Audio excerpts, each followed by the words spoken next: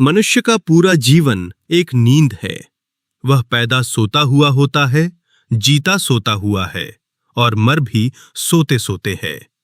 उसे लगता है कि वह जाग रहा है, लेकिन उसका जागना भी एक सपना ही होता है, क्योंकि उसने कभी स्वयं को नहीं जाना।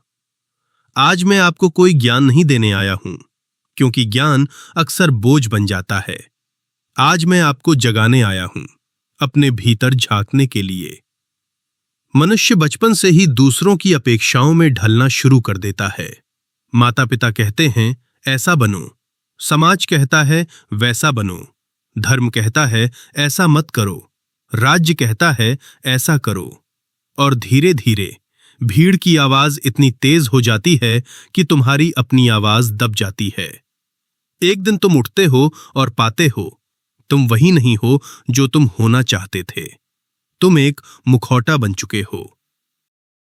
यही सबसे बड़ा ज्ञान है, स्वयं को खो देना और फिर उसी खोए हुए रूप को अपनी पहचान मान लेना। मैं तुमसे त्याग की बात नहीं करता, क्योंकि त्याग भी अक्सर अहंकार का ही नया रूप होता है।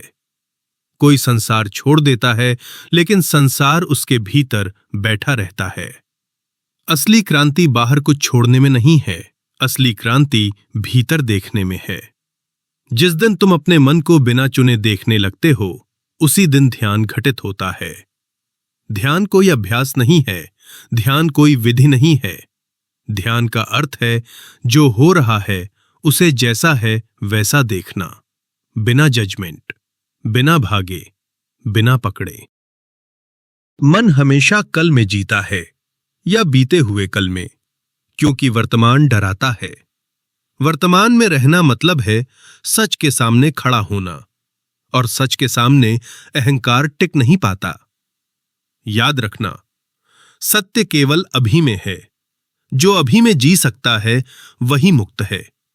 जो भविष्य में जीता है वो केवल आशा में जीता है, और आशा गुलामी का सबसे सुंदर नाम है। अब प्रेम की बात। तुम जिसे प्रेम कहते हो वो अक्सर डर होता है। खो देने का डर, अकेले हो जाने का डर।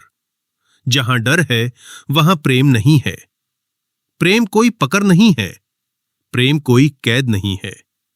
प्रेम तो तब होता है जब दो स्वतंत्र आत्माएं एक दूसरे के साथ होती हैं, बिना एक दूसरे को बांधे। और अंत में ईश्वर। ईश्वर को खोजो मत, क्योंकि खोजने वाला हमेशा बाहर जाता है। ईश्वर कहीं दूर नहीं बैठा है, वो तुम्हारी जागरूकता में है, वो तुम्हारी शांति में है, वो तुम्हारे मौन में है। जिस दिन तुम पूरी तरह अपने भीतर उतर गए, उसी दिन तुमने ईश्वर को नहीं, स्वयं को पा लिया। और जिसने स्वयं को पा लिया, उसके लिए फिर कुछ भी खोना शेष नहीं रहता। याद रखना, जागना कोई उपलब्धि नहीं है, जागना तुम्हारा स्वभाव है। तुम सोए हुए हो, बस यही भ्रम है।